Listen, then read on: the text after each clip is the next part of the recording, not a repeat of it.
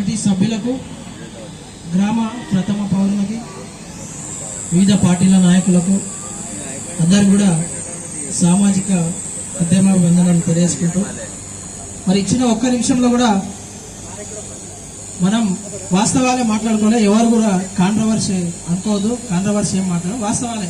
చరిత్రని కనుమరుగు చేసే ప్రయత్నం చేయకూడదు అనేది నేను మాట్లాడతాను. మరి ఈరోజు ఈ దేశానికి మొట్టమొదటి గురువు పీడిత వర్గాలకు, అంటే జ్యోతిరావు పూలే పుట్టక ముందు ఈ దేశంలో ఈ ప్రజలకు చదువు లేదు. చాలా మందికి తెలుసు, చదువుకున్న టీచర్స్ చాలా మందికి వచ్చిండ్రు, చదువు లేదు. మరి చదువు లేనప్పుడు ఈ దేశానికి ఈ వర్గాలకు చదువు లేకుండా చేసిన వాళ్ళు ఎవరో చరిత్ర మనం తెలుసుకోవాలి. ఈ చరిత్ర మనం తెలుసుకోవాలి. చదువు లేకుండా చేసిండ్రు. జ్యోతిరావు పూలే వచ్చిన తర్వాత ఈ వర్గాలకు చదువు నేర్పే అవసరం వచ్చిందంటే చదువు లేకుండా మనల్ని ఎవరు చేసిండ్రో మనం చరిత్ర చదవాలి. ఈ చరిత్ర గురించి ప్రతి పాఠశాలలో కూడా బోధన కూడా జరగాలి. ఇది చరిత్ర వాస్తవాలు తెలుసుకునే ప్రయత్నం. చదువు లేకుండా చేసిన వ్యక్తులే ఈరోజు చదువు గురించి గొప్పగా మాట్లాడుతున్నారు. అంటే ఆ రోజు ఆడబిడ్డలు చదువుకునే హక్కు లేదు. మరి సావిత్రిబాయి పూలే ఈ దేశంలో మహిళలకు చదువు లేకుండా చేసిన వ్యక్తుల నుంచి ఈ దేశంలో మహిళలకు చదువు కావాలని చెప్పేసి చెప్పిన వ్యక్తి, చెప్పి చదువు కోసం తీవ్రమైన ప్రయత్నం చేసి ఈ దేశంలో ఒక వర్గం నుంచి తీవ్రమైన అవమానాలు ఎదుర్కొన్నా కూడా ఆ తల్లి ఈరోజు చదువు నేర్పించింది మహిళలకు. మహాత్మా జ్యోతిరావు పూలే గారు ఎప్పుడో అందరికంటే ముందు ఈ దేశంలో స్వాతంత్రం రాకముందే చదువుల తల్లిని సరస్వతి దేవిగా మార్చిండు. కానీ మనం పాఠశాలల్లో మరి మొట్టమొదటిగా 1వ తరగతిలో జాయిన్ అయినప్పుడు మన పిల్లలకు సావిత్రిబాయి పూలే గురించి చెప్తున్నామా? ఆమె గురించి పలకం మీద దిస్తున్నామా? ఆలోచించాం. చరిత్ర వాస్తవాలను, చరిత్రను దాచకూడదు అంటున్నాం. మరి అదేవిధంగా ఈ దేశంలో ఇంకొక కల్చర్ ఉన్నది.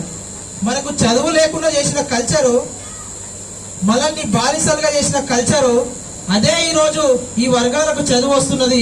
ఈ బీసీలు చదువుకుంటున్నాడు, బహుజనులు చదువుకుంటున్నాడు, ఎస్సీ ఎస్టీలు, రెడ్డిలు చదువుకుంటున్నారు. వీళ్ళందరికీ ఒకప్పుడు చదువు లేకుండే ఈరోజు చదువుకుంటున్నారు, జ్ఞానం వచ్చింది, రాజకీయ నాయకులు అవుతున్నారు, ఉద్యోగాలు చేస్తున్నారు. ఇది మాకొద్దు, మా కల్చర్ ఇది కాదు. మా కల్చర్ మొత్తం కూడా ఈ బహుజన కులాలను బానిసలుగా చేయాలని చెప్పేసి ఒక వర్గం ఆలోచించింది. రీసెంట్ గా హైదరాబాద్ నడిబొడ్డున మహాత్మా జ్యోతిరావు పూలే విగ్రహాన్ని ధ్వంసం చేసిన చరిత్ర కూడా మన పిల్లలకు చెప్పాల్సిన అవసరం ఉంది. ఎందుకు ఈ కల్చర్లో ఈ బహుజన కులాలకు చదువు చెప్పిన ఈ తల్లి మహాత్మా జ్యోతిరావు పూలే గారి భార్య కావచ్చు, సావిత్రిబాయి పూలే కావచ్చు, మహాత్మా జ్యోతిరావు పూలే మీద దాడులు చేసే సంస్కృతి వచ్చిందంటే వాళ్ళ ఉద్దేశం మీకు అందరికీ అర్థం కావాలి. ఈ చరిత్ర కూడా మన పిల్లలకు చెప్పాల్సిన అవసరం ఉందని చెప్పేసి నేను ఉద్దేశం. ఎందుకంటే ఈ కులాలు చదువుకున్నందుకు, మంచి బట్టలు వేసుకున్నందుకు మీరు ఓర్వలేక దాడులు చేస్తున్నారా?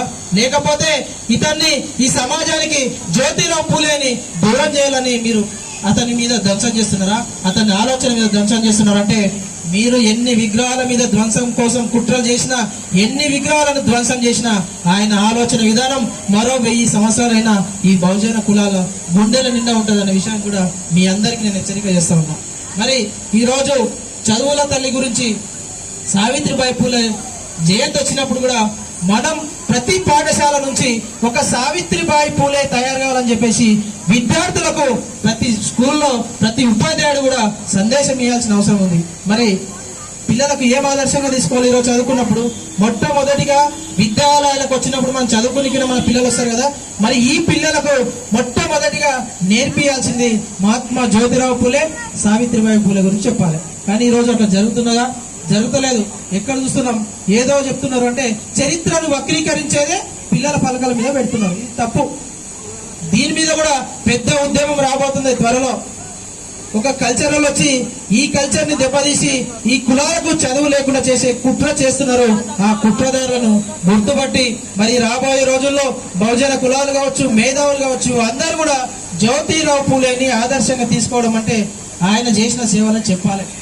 వర్ధంతులు వచ్చినప్పుడు, జయంతులు వచ్చినప్పుడు పూలదండలేసి కొబ్బరికాయలు కొట్టి సందేశాలు ఇస్తే కాదు. ఈ సమాజానికి ఏం చేసింది అన్నది చెప్పాలి. ఇప్పటికీ అంటే చదువు రానోళ్ళ గురించి, చదువు వద్దని చెప్పిన వాళ్ళ గురించి సమాజానికి తెలుసు, కానీ ఈ దేశానికి చదువు చెప్పిన మహాత్మా జ్యోతిరావు పూలే, సావిత్రిబాయి పూలే గురించి మరి గ్రామ గ్రామం ఎందుకు చెప్తలేరు, పల్లె పల్లెని ఎందుకు చెప్తలేరు? ఎందుకు చెప్తలేరు అంటే వీళ్ళ గురించి చరిత్ర తెలియదు, వీళ్ళ గురించి వాళ్ళకు తెలియద్దు, ఈ విద్యార్థులకు తెలియద్దు, ఈ మేధావులకు తెలియదు. అంటే మీరు చరిత్ర దాస్తే దాగది, మీరు చరిత్ర దాచినంత మాత్రాన దాగదు అని తెలియజేసుకుంటాం. మరి తక్కువ సమయం ఇచ్చిండ్రు, మేము కూడా లేటుగా వచ్చిన అందరూ మన్నించండి. మరి రాబోయే రోజులలో మీరు మనందరం కూడా కమిటీ సభ్యులకు మనం గతంలో కూడా విజ్ఞప్తి చేసినాం. పూలే విగ్రహానికి మనం గ్రామ ప్రథమ పౌరులు కూడా ఇక్కడనే ఉన్నారు అన్న, మనం విగ్రహం పెట్టడానికి ఈ బహుజన సమాజానికి మనం ఒక ఆదర్శవంతమైన గురువుని పరిచయం చేయాలి. మరి ఈ కల్చర్ని కూడా మనం తీసుకురావాలి. సావిత్రిబాయి పూలే, జ్యోతిరావు పూలే విగ్రహాన్ని పెట్టి మరి గ్రామ గ్రామానికి మనం పరిచయం చేయాలి. ఎందుకంటే ఈ సమాజాన్ని, దేశాన్ని మార్చేది చదువు మాత్రమే. ఈ చదువుకు దూరం చేయాలని వాళ్ళు చేస్తుంటారు. చదువే మాకు ఆయుధం, ఈ చదివే మన సమాజాన్ని మేము మారుస్తామని చెప్పేసి మనం అంటున్నాం. కాబట్టి మన నినాదం, మన ఆత్మగౌరవం మహాత్మా జ్యోతిరావు పూలే. ఈయన గురించి మరి ప్రతి విద్యార్థి తెలుసుకోవాలి, ప్రతి ఒక్కరు కూడా ఆయన పుస్తకాలు చదవాలి.